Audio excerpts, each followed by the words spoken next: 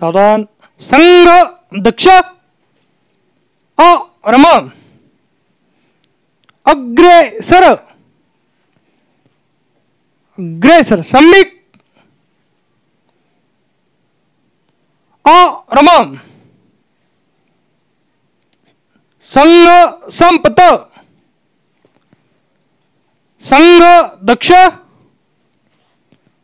संघ सम्यक अग्रेसर अर्ध ऋत संघ रम संघ दक्ष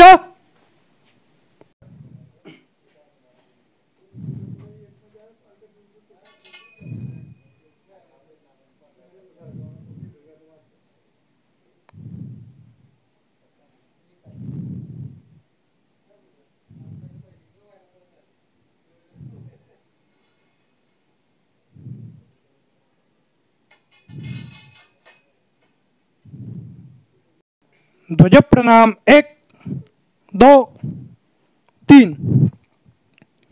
रम उपविश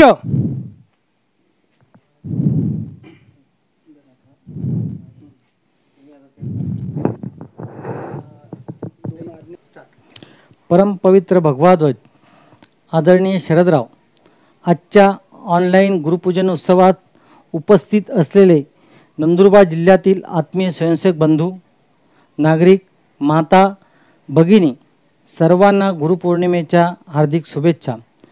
कोरोनाच्या प्रभावाने सर्व जनजीवन विस्कळीत झालेले आहे. त्यामुळे आपल्याला देखील सर्व कामे ऑनलाईन करावे लागत आहेत.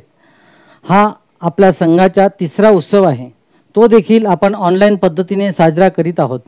कोरोनाचा प्रभाव वाढतच आहे, पण आपण घाबरण्याचे कारण नाही. योग्य ती काळजी घेऊन आपण कोरोनाला नक्की हरवू, यात काही शंका नाही. आज आपण सर्व गुरुपौर्णिमा उत्सवासाठी एकत्र आलो आहोत. आपली संस्कृती उत्सवप्रिय आहे. प्रत्येक महिन्यामध्ये ऋतूमध्ये आपण उत्सव साजरे करतो. या उत्सवांपाठीमागे मोठी परंपरा आहे. आपला प्रत्येक उत्सव हा काहीतरी उदात्त संदेश शिकवितो. तसेच प्रत्येक उत्सव व सण या पाठीमागे विज्ञान तर आहेत, पण त्या सामाजिक आशय पण असतो आणि आध्यात्मिकता असतोच. अशा प्रकारे आपला हिंदू समाज सण उत्सव व विविध परंपरांनी समृद्ध आहे. ही परंपरा अशी समृद्ध राहावी व अक्षुण्ण राहावी व पुन्हा एकदा जगाने आपले अनुकरण करावे आणि भारताला परमवैभव प्राप्त व्हावे म्हणून डॉक्टर हेडगेवारांनी संघाची स्थापना केली. संघटना म्हटली की संघटनेला मार्गदर्शक लागतो, गुरु लागतो. म्हणून डॉक्टर हेडगेवारां यांनी भगवा ध्वज हा आपला गुरु राहील असे सांगितले आणि भारतीय परंपरेतील उत्सवांपैकी 6 उत्सव संघात सुरू केले. त्यापैकी एक म्हणजे गुरुपौर्णिमा होय. आपल्या देशात गुरुशिष्य परंपरा हजारो वर्षापासून चालत आली आहे आणि जनमानसात मनात कोरली गेलेली आहे. आजही हजारो वर्षापूर्वीची उदाहरणे आपण ऐकतो. गुरु शिष्याला विकसित करण्याची धडपड, शिष्याची गुरुप्रती असलेली श्रद्धा, समर्पण आणि गुरुचा शब्द शिष्यासाठी प्रमाण, आज्ञा, शिरसावंदन याच्याही घटना हजारो बघायला मिळतात. वशिष्ठ, श्रीराम, संदीपनी श्रीकृष्ण ते 100 वर्षापूर्वीचे रामकृष्ण परमहंस विवेकानंदांपर्यंत आजही परंपरा कायम आहे. वैयक्तिक जीवनात ही आपल्याला कोणी कोणी गुरु पाहिजे असतो. गुरुशिवाय मोक्ष मिळत नाही आणि अशी आपल्या संस्कृतीमध्ये धारणा आहे. म्हणून डॉक्टर हेडगेवार यांनी चिंतन करून आपल्या संघात गुरुपौर्णिमा हा उत्सव आणला. भगवा ध्वज हा आपला गुरु केला. वर्षातून एकदा या दिवशी आपण भगवा ध्वजाचे पूजन करत असतो. आपल्या नंदुरबार जिल्ह्याच्या सद्भाग्याने या उत्सवासाठी अखिल भारतीय धर्मजागरण प्रमुख आदरणीय श्री शरदरावजी ढोले आपल्याला वक्ते म्हणून लाभले आहेत. मी त्यांचा विस्तृत परिचय करून देतो. आदरणीय श्री शरदराव गजाननराव ढोले मूळचे कोळे, कराड, जिल्हा सातारा येथील ते राहणारे आहेत. कोळे येथे ते स्वयंसेवक झाले.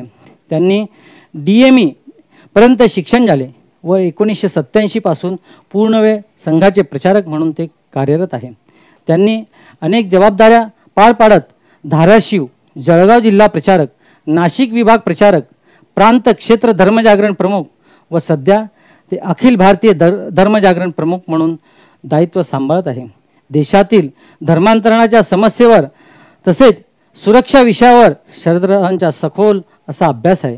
सुरुवातीला या उत्सवात अमृतवचन होईल, त्यानंतर व्यक्तिगत गीत होईल व आदरणीय शरदरावांचे बौद्धिक होईल व शेवटी प्रार्थना झाल्यावर आपला उत्सव संपेल. मी आदरणीय शरदरावांना विनंती करतो की अमृतवचन व वैयक्तिक गीतानंतर आपल्या सर्वांना मार्गदर्शन करतील. अमृतवचन. परमपूज्य डॉक्टर एडगेवार म्हणतात की जो ध्वज पाहिल्याबरोबर राष्ट्राचा संपूर्ण इतिहास आठवून त्यांची संस्कृती आणि परंपरा आपल्या डोळ्यासमोर उभी राहते. जो ध्वज पाहिल्याबरोबर मन उंचून विशिष्ट स्मृतींचा संचार मनात होतो, असा भगवा ध्वजच आपल्या तत्वाचे प्रतीक म्हणून आपण गुरुस्थानी मानतो. वैयक्तिक पद्य म्हणतोय. वैयक्तिक पद्य म्हणतोय. भरतभूमीच्या हृदयांतरीचे इप्सित पूर्ण करावे, समर्पणातून आमुच्या येथे राष्ट्र महान घडावे, राष्ट्र महान घडावे, राष्ट्र महान घडावे. शतशतकांची उसासणारी मनी अस्फुट वेदना, पराभवाची गाथा गाते उदासवाणी करुणा. दीर्घकालचे शल्य हरावे, मनीचे आर्त पुरावे, समर्पणातून आमुच्या येथे राष्ट्र महान घडावे, राष्ट्र महान घडावे, राष्ट्र महान घडावे. आज चालली कितीक पाऊले ध्येय पथावरती, परिश्रमातून यांच्या येईल स्वर्गधरेवरती. संघशक्तीच्या सामर्थ्याने हिनकस दुरित जडावे, समर्पणातून आमुच्या येथे राष्ट्र महान घडावे, राष्ट्र महान घडावे, राष्ट्र महान घडावे. या भूमीचे दैन्य हरावे, कुणीही नसावे पतित. कणकण येथील सुवर्ण व्हावा, निर्झर अमृत भरित. श्रीरामाच्या देशामध्ये पावन मंगल व्हावे, परिश्रमातून आमुच्या येथे राष्ट्र महान घडावे, राष्ट्र महान घडावे, राष्ट्र महान घडावे. भरतभूमीच्या हृदयांतरीचे इप्सित पूर्ण करावे, समर्पणातून आमुच्या येथे राष्ट्र महान घडावे, राष्ट्र महान घडावे, राष्ट्र महान घडावे.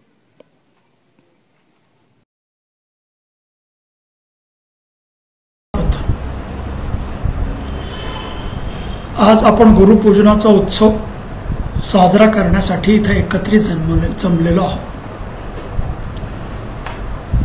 एका विशिष्ट परिस्थितीमध्ये यावर्षीचा गुरुपूजनाचा उत्सव आहे. 25 मार्च पासून संपूर्ण देशभरामधले सगळेच व्यवहार थांबलेले आहेत आणि त्यामुळे संघस्थानावर एकत्रित येऊन मोठ्या प्रमाणात उत्साहात ज्याप्रमाणे गुरुपूजनाचे उत्सव आपण दरवर्षी करतो तसे उत्सव यावर्षी परिस्थितीमुळे आपल्याला करता येत नाहीत. हिंदू साम्राज्य दिनाचा उत्सवही मिरवणुका काढून शिवघोष करून आपल्याला करता आल्या नाहीत आणि त्यामुळे या अशा विशिष्ट परिस्थितीमध्ये की जी परिस्थिती न भूतो याच्यापूर्वी अशी परिस्थिती आलीच नव्हती आणि त्यामुळे बौद्धिक वर्ग सुद्धा असा व्हर्च्युअल देणं याचाही कार्यकर्त्यांना फार अनुभव नाही, ऐकणाऱ्यांनाही अनुभव नाही. नेहमी बौद्धिक वर्ग देताना आपण बोलत असताना समोरच्या माणसाच्या चेहऱ्यावरच्या प्रतिक्रिया, त्या प्रतिक्रियांच्या आधारावर आपण किती बोलावं आणि कुठं थांबावं हे वक्त्याला कळणं, असा कुठलाही अंदाज या प्रकारच्या बौद्धिक वर्गामध्ये येत नाही. आणि त्यामुळं आपण सगळ्यांनी संपेपर्यंत शांतपणे ऐकणं आणि समोर कोण ऐकते आणि कोण ऐकत नाही हे कळत असताना वक्त्यानं बोलणं, अशा नवीन प्रकारच्या बौद्धिक वर्गाची सवय येणाऱ्या कालखंडामध्ये आपल्यालाही करावी लागणार आहे. आज गुरुपूजनाच्या उत्सवाला आपण एकत्र जमलेलो आहोत. याला व्यासपूजन असंही म्हणतात. आषाढ शुद्ध पौर्णिमेला व्यासपूजनाचे कार्यक्रम शेकडो वर्ष भारतामध्ये होतात आणि प्रत्येक जण आपल्या गुरुची स्वाभाविकपणे व्यासपूजनाच्या दिवशी पूजा करतो. पूजा करण्यासाठी काही जण आपापल्या गुरुच्या स्थानी जातात, पण देशभरामधले लक्षावधी स्वयंसेवक परमपवित्र भगव्या ध्वजेचं पूजन करतात आणि परमपवित्र भगव्या ध्वजाचं पूजन करून भगव्या ध्वजाकडून मिळणाऱ्या गुणांचं स्मरण करून ते गुण आपल्यामध्ये यावेत यासाठी प्रयत्न करतात. मला आठवत नाही की मी पहिल्यांदा गुरुपूजनाचा उत्सव कधी केला. शिशु असल्यापासून मी शाखेत जातोय, पण सुमारे 70च्या आसपास गुरुपूजनाच्या उत्सवाला पूजन चालू असताना जे गीत मी ऐकतोय ते गीत गेले सुमारे 50 वर्ष मी ऐकतोच आहे. गुरुवंद्य महान शोणित वर्णा मधुनी शिकलो सारे उज्ज्वल त्याग व्यापिता आलो दिव्य दृष्टीने अखंड भारत भाग बगुनी फडफड देशभक्तीची भडके अंतरी आग कटिबद्ध उभा तव छत्राखाली भारत भूसंतान. आणि अशी भारत भूसंतान भगव्या ध्वजाच्या छत्राखाली कटिबद्ध आहे असं 50 वर्षापूर्वी पण म्हणत होते, 90 वर्षापूर्वी पण कदाचित म्हणत असतील. पण आज खरोखरच कच्छ पासून कामरूप पर्यंत आणि लडाख पासून कन्याकुमारी पर्यंत संपूर्ण देशभर भगव्या ध्वजाच्या खाली लक्षावधी कार्यकर्ते काम करतात असा आपला अनुभव पण आहे. या कोरोनाच्या कालखंडात संपूर्ण देशभर सेवा कार्य केलेल्या स्थानांची संख्या ही 90,000 आहे. 90,000 स्थानी एकाच कालखंडामध्ये सेवा कार्य करण्याची क्षमता संघाची आता आहे. आणि ही एका दिवशी काम करण्याची जी आपली ताकद आहे ती रोज लागणाऱ्या संघस्थानावरच्या शाखेमधून आलेली आहे. आणि अशी रोज लागणारी शाखा काही दिवस बंद आहे आणि अजून किती दिवस सुरू राहील, किती दिवसानं सुरू होईल हे आत्ता लगेच सांगता येणार नाही. आणि सुरू झालं तरी भौगोलिक सामाजिक अंतर आपल्याला यात ठेवावं लागणार आहे. आणि त्यामुळे यावेळचं गुरुपूजनही एका अर्थानं हे विशेष गुरुपूजन आहे. गुरुपूजनाच्या दिवशी परंपरेनं हिंदू समाजामध्ये गुरुचं पूजन करतात. गुरुविनं कोळ दाखविलं वाट असंही गुरुबद्दल म्हणतात. आणि आपल्याकडं गुरु प्रत्येकाला मोक्षाची मार्ग दाखवतो, मुक्तीचा मार्ग दाखवतो असं म्हणतात. आणि मुक्तीच्या मार्गावर जाण्यासाठी काही जण ज्ञानयोगाचा, काही जण कर्मयोगाचा, काही जण भक्तियोगाचा आधार घेतात. जे ज्ञानयोगाचा आधार घेतात त्यातले काही जण संन्यासी होतात आणि संन्यासांना मार्गदर्शन करण्यासाठी निवृत्तीपर मार्ग आणि कर्मयोगी किंवा भक्त हे प्रवृत्तीपर मार्गाने पण मुक्तीचाच प्रयत्न करतात. पण संघाचे स्वयंसेवक गेले 90 वर्ष रोज प्रार्थनेत असं परमेश्वराला म्हणतायत की आम्ही तुझंच काम करतोय आणि तुझंच काम करून आम्ही करणार काय? त्वदीयाय कार्याय बद्धाकटियम असं म्हटलंय. पण हे म्हणून करणार काय? परम वैभव नेतो मेतात स्वराष्ट्र. हे राष्ट्र परम वैभवाला नेणार. आणि राष्ट्र परम वैभवाला नेण्याचं असेल तर सर्वस्व या राष्ट्रासाठी आम्ही देऊ. तेरा वैभव अमर रहेबा हमदिन चार रहे न रहे अशी प्रार्थना, अशी मागणी भारत मातेकडं आणि परमेश्वराकडं गेले कित्येक वर्ष लक्षावधी स्वयंसेवक करतायत. आणि त्याच्या आधारावरच संपूर्ण देशभर संघाचं काम आता सुरू आहे. आणि त्यामुळं अशा संघाच्या कार्यकर्त्यांनी काम करताना आपल्याला गुरुपूजनाचा युगानुकूल अर्थही आपण आता देतोय. परंपरेचा अर्थ असा आहे की गुरुकडून मुक्तीसाठी ज्ञान मागवणं. पण संघामध्ये तर आपण परमपवित्र भगव्या ध्वजालाच गुरु मानतो, व्यक्तीची पूजा करत नाही.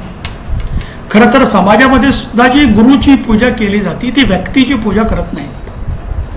त्या पूजेलाही व्यासपूजा असंच म्हणतात.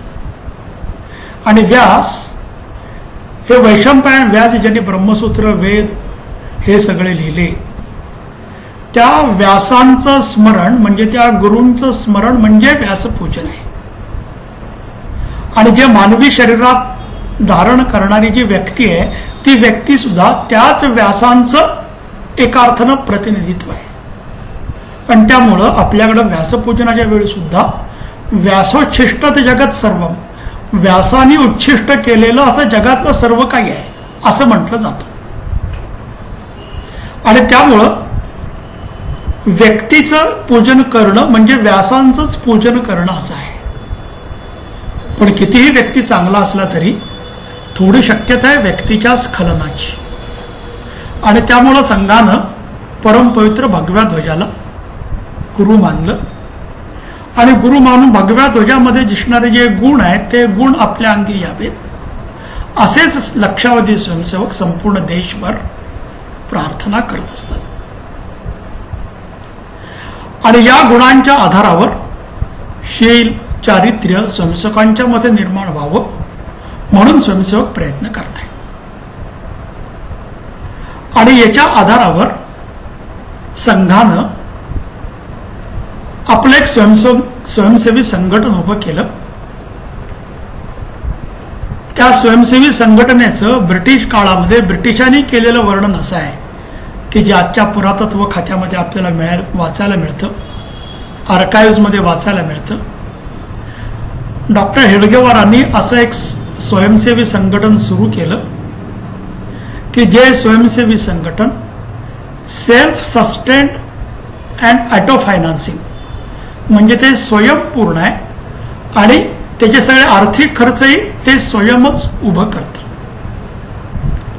आणि त्यामुळं गुरुपूजनाच्या दिवशी यथाशक्ती सगळे स्वयंसेवक भगव्या ध्वजासमोर जे समर्पण करतात त्या समर्पणाच्या आधारावर राष्ट्रीय स्वयंसेवक संघाचा सगळा व्यवहार देशभरामध्ये चालतो. आणि तो स्वयंपूर्ण असल्यामुळे स्वयंसेवकांच्या आधारावर चालत असल्यामुळे स्वयंसेवक असं म्हणतात, ही कृपा कोणाची ना वाढिलो आम्ही कोणाच्या कृपेमुळे वाढलो नाही, आम्ही आमच्या पुरुषार्थाच्या आधारावर वाढलो. आणि आमच्या पुरुषार्थाच्या आधारावर वाढण्यासाठी लक्षावधी कार्यकर्त्यांनी तन मन धन पूर्वक समर्पण केलं. आता या कोरोनाच्या कालखंडामध्ये तर देशभर सेवा कार्य तरी लोकांनी केलीच. विविध ठिकाणी भोजनशाळा, विविध ठिकाणी लोकांना फूड पॅकेट्स अशी तर दिलीच.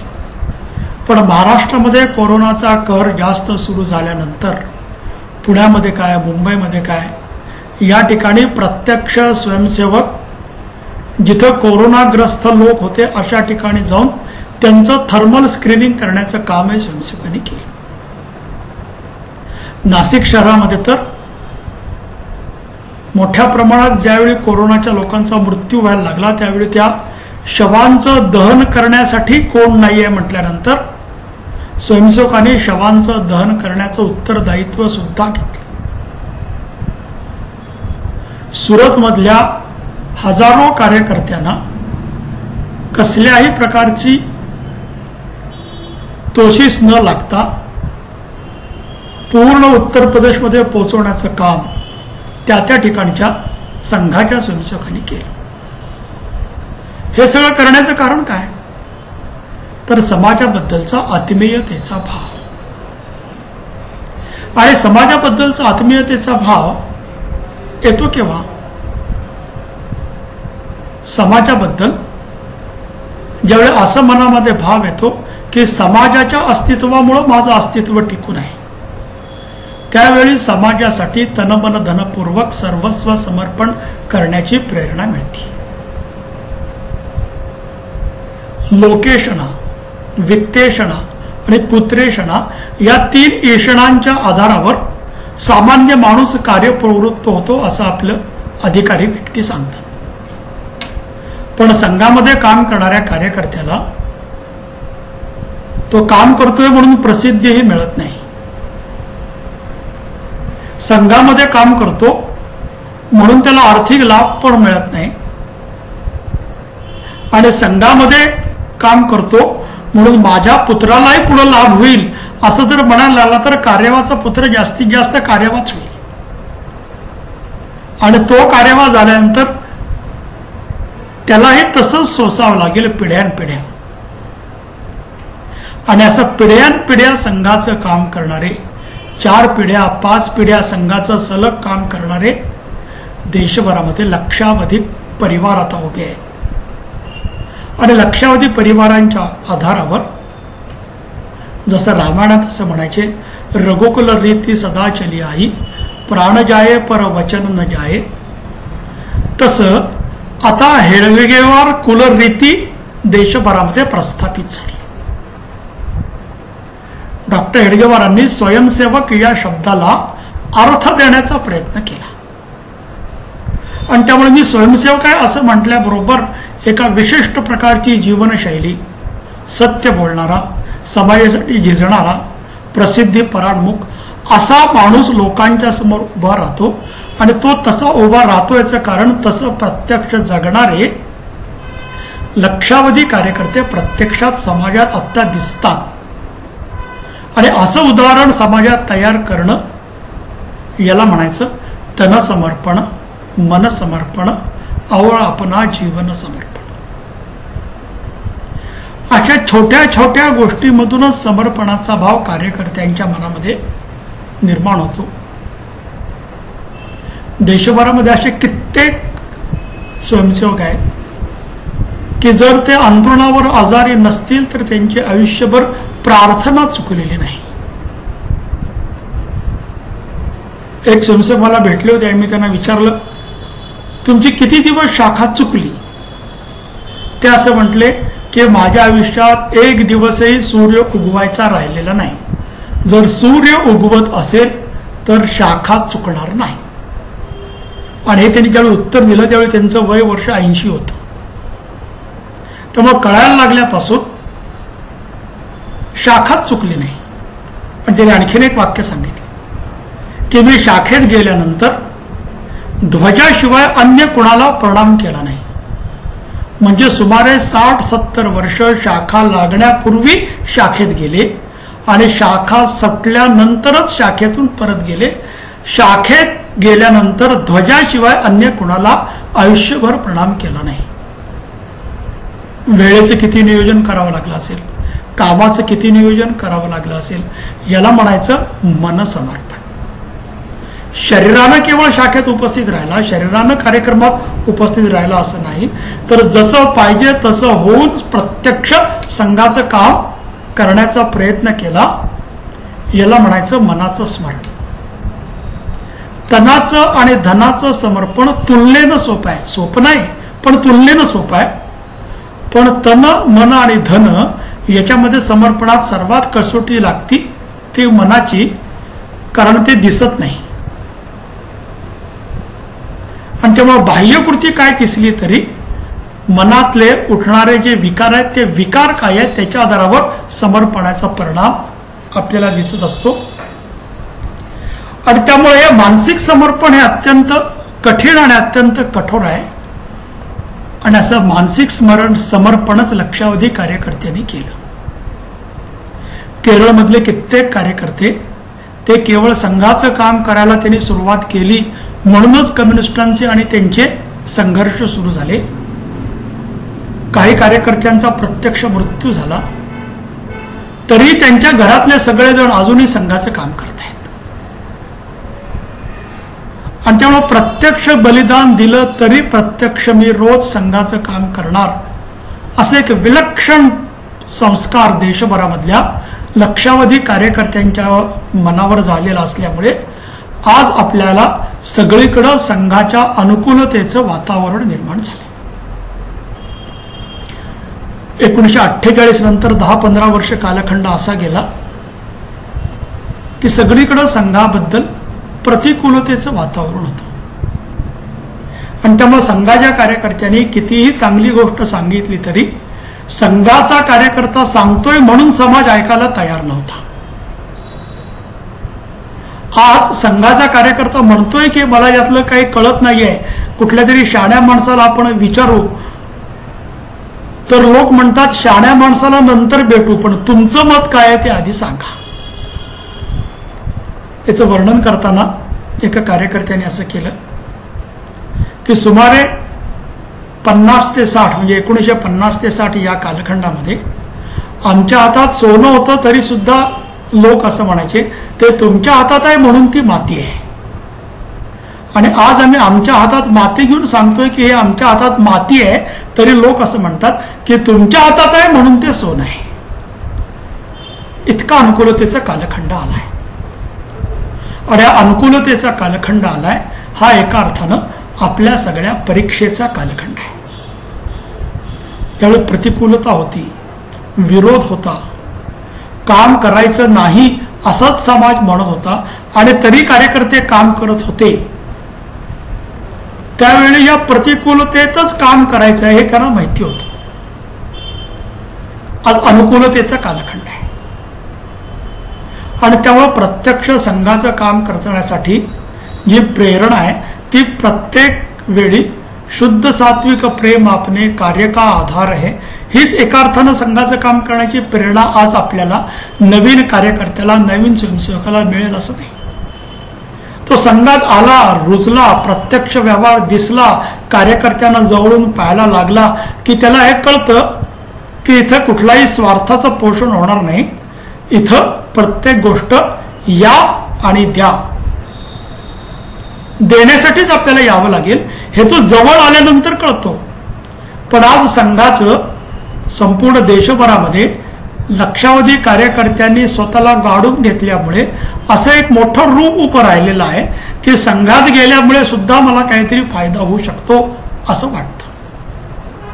आणि अनुकूलतेच्या कालखंडामध्ये नवीन आलेल्या कार्यकर्त्याला प्रत्यक्ष संघाचं योग्य दर्शन घडवणं, कशासाठी संघाचं काम करायचं हे लोकांना नीट समजून सांगण्याचा प्रयत्न करणं, आपल्या प्रत्यक्ष उदाहरणावरून नवीन लोकांना संघ असा आहे असं समजवण्याचं उत्तरदायित्व आज विद्यमान स्वयंसेवकांच्या आधारावर आहे.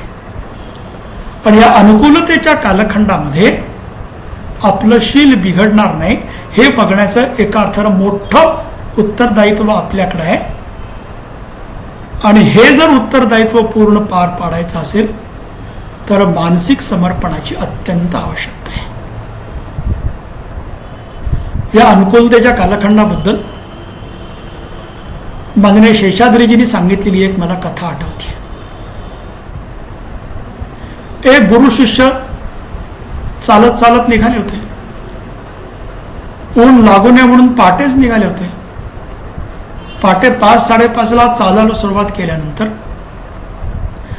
3-4 तास चालल्यानंतर थोडी तहान पण लागली आणि भूक पण लागली. आणि भूक लागल्यानंतर सुमारे 9-9:30च्या सुमारास एका शेताजवळ ते आले आणि त्या शेतकऱ्याला त्यांनी पाणी मागितलं. शेतकऱ्यांनी विहिरीतलं पाणी दिलं आणि त्या शिष्याला अतिशय भूक लागली असल्यामुळे गुरुनी विचारलं काय खायला मिळेल. शेतकरी म्हटला की खायला मिळेल, पण माझी भाकरी येण्यासाठी अजून घरातून वेळ लागणार आहे. तासभरात भाकरी येईल, तोपर्यंत थांबा, मग जेवण एकत्र करू. आणि तोपर्यंत काय खायचं असेल तर या नारळाच्या झाडाला नारळ आहेत ते पाडून खावा, पण नारळाच्या झाडावर मला चढता येणार नाही. गुरु म्हटले आमचा शिष्य चढेल. मग म्हणले पाडा. आणि तो शिष्य नारळाच्या झाडावर चढायला लागला. 5 फूट 10 फूट असं चढल्यानंतर 30-40 फुटावर नारळाच्या झाडावर तो चढला. आवश्यक ते 5-7 नारळ खाली पाडले. आणि नारळ खाली पाडल्यानंतर शिष्य ज्यावेळी परत खाली यायला लागला त्यावेळी तो 40 फुटावर होता. त्यावेळी गुरुजी काही बोलत नव्हते. पण तो ज्यावेळी 20 फुटावर आला उतरत उतरत उतरत, त्यावेळी गुरुजींनी सांगायला सुरुवात केली, अरे जरा जपून, पाय घसरेल, हात सोडू नकोस. आणखीन 5 फूट खाली आल्यानंतर गुरुजींनी परत सांगितलं, नीट हात धर, पायाकडे लक्ष दे, घसरशील, पडशील, लागेल. गुरुजी असे सांगत असल्यामुळे तो सावकाश सावकाश उतरतच होता. असं करत करत सावकाश सुरक्षित 7-8 फुटावर आला. टोन दिवशी त्यानं उडी मारली. गुरुजींनी विचारलं काय लागलं तर नाही ना. तो म्हटला कसं लागेल, तुम्हीच तर मला सावकाश सावकाश या, काळजी घ्या म्हणून सांगत होता. पण गुरुजी एक प्रश्न विचारू. म्हणले विचार. मी ज्यावेळी 40 फुटावर होतो आणि तिथून जर पडलो असतो तर कपाळ मोक्ष होणार हे पक्क होतं. त्यावेळी तुम्ही मला म्हणत नव्हता की तू काळजी घे म्हणून. पण मी 20 फुटावर आलो आणि कदाचित हातपाय मोडला असता, कपाळ मोक्ष झालाच असता याची काही खात्री नाही. त्यावेळी तुम्ही मला म्हणत होता की पाय घसरेल, काळजी घे. 10 फुटावर आलो आणि पडलो असतो तर नक्कीच कपाळ मोक्ष झाला नसता. तिथं तुम्ही जास्त काळजी घे म्हणून मला सांगत होता. तुम्ही असं का केलं. गुरुजी म्हटले, ज्यावेळी तू 40-45 फुटावर होतास त्यावेळी जर हात किंवा पाय घसरला तर पडल्यानंतर कपाळ मोक्ष होणार हे माझ्यापेक्षा जास्त तुला पण माहिती होतं. आणि त्यामुळे घसरण्याची यत्किंचित शक्यता नव्हती. पण तू 15 फूट 20 फूट 10 फुटावर आलास की तुला असं वाटणार की आता आपण पोचलोच. आणि असं वाटत असतानाच गाफीलतेनं हात किंवा पाय निसटण्याची शक्यता आहे आणि कपाळ मोक्ष होणार नाही, पण हातपाय तुटण्याची शक्यता आहे. तू ज्यावेळी 40-45 फुटावर होतास त्यावेळी प्रतिकूलताच होती, तुझी काळजी तू घेणारच होतास. 5-10 फुटावर होतास त्यावेळी अनुकूलता होती आणि अनुकूलतेच्या कालखंडामध्येच घसरण्याची शक्यता जास्त आहे. आज आपला अनुकूलतेचा कालखंड आहे आणि अनुकूलतेचा कालखंड असल्यामुळे गेले 90 वर्ष ज्या जीवनमूल्यांच्या आधारावर 3-4 पिढ्यांनी हे संघाचं काम वाढवले, त्याच जीवनमूल्यांच्या आधारावर आपल्याला पुढच्या पिढीला हे काम द्यायचं आहे. या भूमिकेतून आपण काम करण्याची आवश्यकता आहे.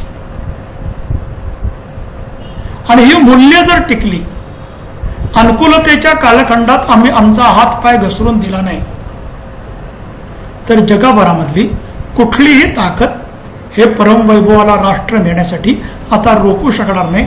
अशी एक प्रचंड ऊर्जा संपूर्ण देशभरामध्ये सुरू झाली आहे.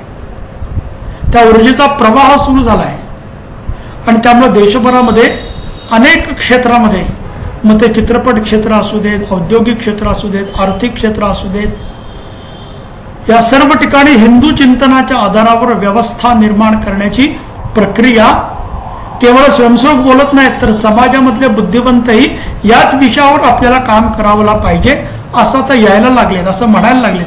एवढंच नव्हे तर त्यांची सगळी बुद्धिमत्ता मी यासाठी द्यायला तयार आहे असं देशभरामधले अनेक प्रतिभावंत विविध ठिकाणी संघाच्या कार्यकर्त्यांना येऊन आता भेटायला लागले. असं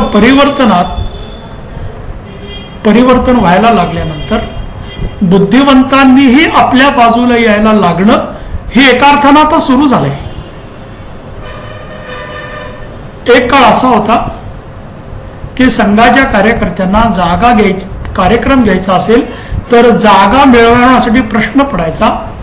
आज आपल्याला कुठली जागा जास्तीत जास्त चांगली आहे याचा चॉईस करण्याची संधी आहे. एकाच वेळी 5-6 जागा उपलब्ध असतात आणि आपण असं म्हणतो की ही नाही, ही जागा आपण घेऊ. सर्व प्रकारची अनुकूलता आहे. एखाद्या कार्यकर्त्याला वक्ता म्हणून आपण बोलवायला गेलो, अध्यक्ष या म्हणून आपण बोलवायला गेलो, तर पूर्वी तो यायचाच असं नाही आणि आला तर तो स्वयंसेवक आहे असं सांगायचं असं नाही. आता तो कार्यक्रमालाही येतो आणि मी कधी संघात गेलो होतो हेच तो वर्णन पण करतो. असा अनुकूलतेचा कालखंड आहे. या अनुकूलतेच्या कालखंडामध्ये योग्य मूल्यांच्या सह संघ जपून ठेवणं हे आपल्या समोर सगळ्यात मोठं आव्हान आहे. आज आपण सेवा कार्याला किंवा कुठल्याही विषयाला पैसे मागितले की पैसे देणारे समाजातले आणि स्वयंसेवकही हजारोच्या संख्येनं आपल्या पुढे उभे आहेत. कारण आपल्या सगळ्यांची प्रतिमा, जर आपण याला 100 रुपये दिले तर हा 120 रुपयाचं काम करतो, कारण काम करणारा आपल्या खिशातलं त्यात जोडतो, असा अनुभव आहे. वर्तमानपत्रात या विषयावर लेख पण आलेले आहेत, प्रत्यक्ष आपला अनुभव पण आहे. त्यामुळे आर्थिक सुचिता, मानसिक सुचिता एवढंच नव्हे तर संघाचा कार्यकर्ता आहे म्हणजे वाचाळ नाही, वाटेल तसं बोलणार नाही, अर्वाच्य बोलणार नाही. बोलताना सुद्धा वाणी सुचिता तो वापरेल. असं प्रत्यक्ष समाज बघतो, दिसतं, अनुभवतो आणि म्हणून आपल्यावर समाजाचा विश्वास बसलाय. आणि या कठीण काळामध्ये सुद्धा जरी प्रत्यक्ष संघस्थानावर येऊन पूजन मोठ्या संख्येनं करता येण्याची शक्यता नसली तरी सुद्धा गावोगावी गटांच्या माध्यमातून छोट्या छोट्या गटनायक किंवा छोट्या छोट्या संख्येमध्ये जे कार्यक्रम होतील त्या कार्यक्रमाच्या आधारावर संघ चालेल एवढी पुंजी स्वयंसेवक आपल्या पुरुषार्थानं देतीलच. पण आता समाजाची संघाकडे बघण्याची एक मोठी व्यापक दृष्टी झाली आहे. संघानं सर्व विषयामध्ये समाजाचं नेतृत्व केलं पाहिजे अशा एका भूमिकेवर संघ एकूण समाज जीवनाच्या मध्यवर्ती केंद्रावर आलेला आहे. आणि समाज जीवनाच्या मध्यवर्ती केंद्रावर ज्यावेळी संघ आलाय त्यावेळी या सर्व प्रकारच्या समर्पणाची जी एका अर्थानं शृंखला सुरू आहे, 3 पिढ्या 4 पिढ्या कार्यकर्त्यांनी जे केलंय त्याच्या आधारावर हा संघ जसाच्या तसा आपल्याला पुढे न्यायचा आहे. आणि तो संघ जसाच्या तसा पुढे नेण्यासाठी आपल्याला परमपवित्र भगव्या ध्वजाचं पूजन करण्याची आवश्यकता आहे. परमपूजनीय गुरुजींना एकानं असं म्हटलं की डॉक्टर हेडगेवारांनी तुम्हाला सरसंघ चालक केलं, तुम्ही संघामध्ये काय नवीन ऍडिशन केलं? पूजनीय गुरुजींनी असं सांगितलं, मी संघामध्ये काही नवीन ऍडिशन केलं नाही. डॉक्टर हेडगेवारांनी जो संघ मला दिला तो जसाच्या तसा पुढच्या पिढीला संघ देणे एवढंच मी माझ्या आयुष्यामध्ये करणार आहे. आपण सगळेजण संघाच्या 4थ्या किंवा 5व्या पिढीतले स्वयंसेवक आणि त्यामुळे आपल्याला काय करायचं आहे, जो संघ गेल्या 4-5 पिढीमध्ये वाढलाय तो संघ जसाच्या तसा पुढच्या पिढीला न्यायचा आहे. आणि तो म्हणजे काय? संघ म्हणजे समजूतदारपणा, संघ म्हणजे समन्वयानं काम करणं, संघ म्हणजे एकत्रित येऊन काम करणं, संघ म्हणजे प्रामाणिकपणानं काम करणं, संघ म्हणजे शिलवार कार्यकर्त्यांचं एकत्रीकरण. असं गेल्या 4-5 पिढ्यामध्ये जे एकत्रित आपल्या सगळ्यांची जी केवळ प्रतिमा नाही, आपल्या सगळ्यांच्या बद्दलचा जो प्रत्यक्ष लोकांना आलेला अनुभव आहे तो अनुभव जसाच्या तसा या पिढीनं त्या पुढच्या पिढीला देणं हे एका अर्थानं आज मानसिक समर्पणाची गरज आहे. आणि असं मानसिक समर्पण जर केलं तर आपापच आर्थिक समर्पण येतं. आता तर देशभरामध्ये काही 100 किंवा काही 1000 कार्यकर्ते असे आहेत की ज्यांनी त्यांच्या आयुष्यातल्या सगळ्या गोष्टी संघाला दिल्या. आत्ताच एक कार्यकर्ता अगदी 8-10 दिवसापूर्वी मला भेटले आणि त्यांची सर्व कोट्यावधीची प्रॉपर्टी मला संघाला द्यायची. मी त्याला म्हणलं तुम्ही एकदम असं मनात कसं आलं? तर म्हणलं एकदम मनात आलं नाही. 20 वर्षापूर्वीच ठरवलं होतं की इतकं वय झालं, मुलींची लग्न झाली की सर्व प्रॉपर्टी आपल्याला संघाला द्यायची आणि काही करोड त्याने संघाला देऊन टाकली. आणि म्हणतात काय, माझं नाव सांगू नका. असं ते म्हणणारे एकटे नाही आहेत. मी अगदी तालुका प्रचारक असताना एका वर्गासाठी एका कार्यकर्त्याच्या घरातून भांडी घेऊन गेलो.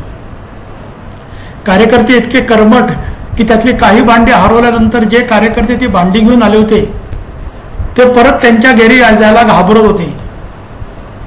पण कोणीतरी गेलं पाहिजे म्हणून मी त्यांची सगळी भांडी आणि ही भांडी हरवलीत असं सांगितलं.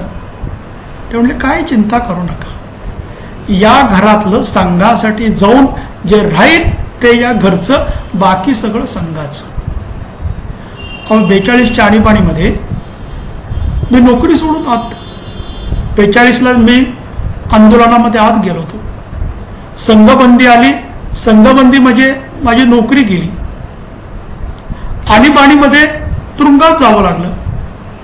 पण हे सगळं करून सुद्धा जे राहिलं ते इतकं आहे की मी अजूनही समाजाला देऊ शकतो. त्यामुळं सगळं संघासाठी सहन करत करत जे राहिलं ते माझं, बाकी सगळं संघाचं. अशा मनोभूमिकेत काम करणारे लक्षावधी संघाचे स्वयंसेवक संपूर्ण देशभर उभे आहेत. आणि त्यामुळे परमपुत्र गुरुजी असं म्हणायचे की मी अभिमन्यूची गोष्ट कधी सांगणार नाही बौद्धिक वर्गात, कारण त्यावेळी फाळली जाईल त्यावेळी शेवटचा हिंदू परत भारतात येण्यासाठी ज्यांनी आपले प्राण गमावले असे अनेक अभिमन्यू केवळ माझ्या शब्दाखातर त्यांनी प्राण दिलेले मी पाहिले. त्यामुळे फाळणीच्या वेदना असतील, 48च्या बंदीच्या वेदना असतील, आणीबाणीतल्या वेदना असतील, रामजन्मभूमीच्या आंदोलनातल्या वेदना असतील, त्या सगळ्या वेदना सहन करून हिंदू समाजाला एका सक्षम अशा अवस्थेमध्ये आणण्यासाठी गेल्या 5 पिढ्या आपण काम केले. त्याचा परिणाम सकारात्मक बदल संपूर्ण देशभरामध्ये हिंदुत्वाच्या आधारावर होतोय. तो सकारात्मक बदल होणं यासाठी आपण काम केलेलं नाही. सकारात्मक बदल होणं हा आपण काम केल्याचा दिसणारा परिणाम आहे. गेल्या 90 वर्षे केलेल्या तनमन धनपूर्वक साधनेचा परिणाम म्हणून समाज जीवनामधल्या विविध विषयामध्ये येणारं यश म्हणजे सिद्धी, ह्या त्या साधनेचा परिणाम आहे. अनुकूलतेच्या काळामध्ये या सिद्धीमध्ये अडकायचं नाही आहे. अनुकूलतेच्या कालखंडामध्ये सुद्धा आपली शुद्ध साधना आपण जर चालूच ठेवली तर त्या साधनेच्या आधारावर आपला देश परत एकदा परमवैभवाला गेलेला आपण सगळेजण याची तेही याची डोळा बघू शकू असं अनुकूलतेचं वातावरण संपूर्ण देशभरामध्ये आत्ता निर्माण झालेलं आहे. आणि या अनुकूलतेच्या वातावरणाचा लाभ घेऊन लवकरात लवकर तो परमवैभवाचा दिन आपल्या डोळ्यासमोर यावा म्हणून आपण सगळ्यांनी तनमन धनपूर्वक समर्पणाचा कार्यक्रम, तनमन धनपूर्वक समर्पणाचा संकल्प या गुरुपूजनाच्या उत्सवा दिवशी करावा अशी आपल्या सगळ्यांना विनंती करतो आणि मी माझं बोलणं संपवतो. भारत माता की जय. साधारण उत्तिष्ठ संघ दक्ष प्रार्थना. नमस्ते सदा वत्सले मातृभूमे, नमस्ते सदा वत्सले मातृभूमे, त्वया हिंदुभूमे सुखं वर्धितोऽहम्, त्वया हिंदुभूमे सुखं वर्धितोऽहम्, महामंगले पुण्यभूमे त्वदर्थे, महामंगले पुण्यभूमे त्वदर्थे, पतत्वेशकायो नमस्ते नमस्ते, पतत्वेशकायो नमस्ते नमस्ते.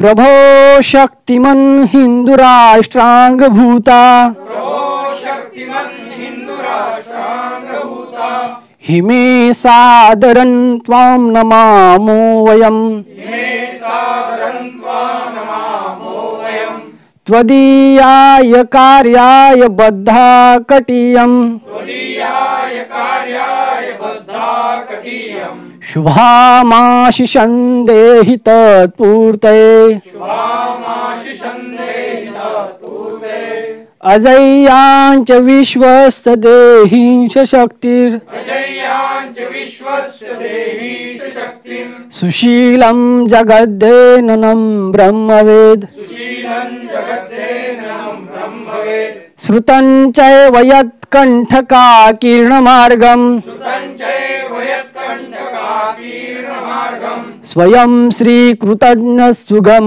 कार्यये स्वयं स्वीकृतन्नः सुगं कारयेत् समुत्कर्ष निःश्रेयसस्त्रेकमुग्रम् समुत्कर्षनिःश्रेयसस्यैकमुग्रम् परं साधनं नाम वीरव्रतम् परं साधनं नाम वीरव्रतम् तदन्तस्फुरत्वक्षया ध्येयनिष्ठा परन्तस्फुरत्वक्षया ध्येयनिष्ठा रुधन्तस्प्रजागर्तु तीव्रानिशम् रुदन्तः प्रजागर्तीव्राणिशम् विजयत्रिजनकसंहताकारशक्तिर् विजयत्री जनसंहताकारशक्तिम् विधायास्य धर्मस्य संरक्षणम् विधायास्य धर्मस्य संरक्षणम् परं वैभवं नेतुमेतस्वराष्ट्रम् परं वैभवन्नेतुमेतत् स्वराष्ट्रम् समर्था भवत्वा सुशार्धे भृशम् समर्था भवत्वा शिशादेभ्यम्। भारत माता की जय। भारत माता की जय। ध्वज प्रणाम 1 2 3।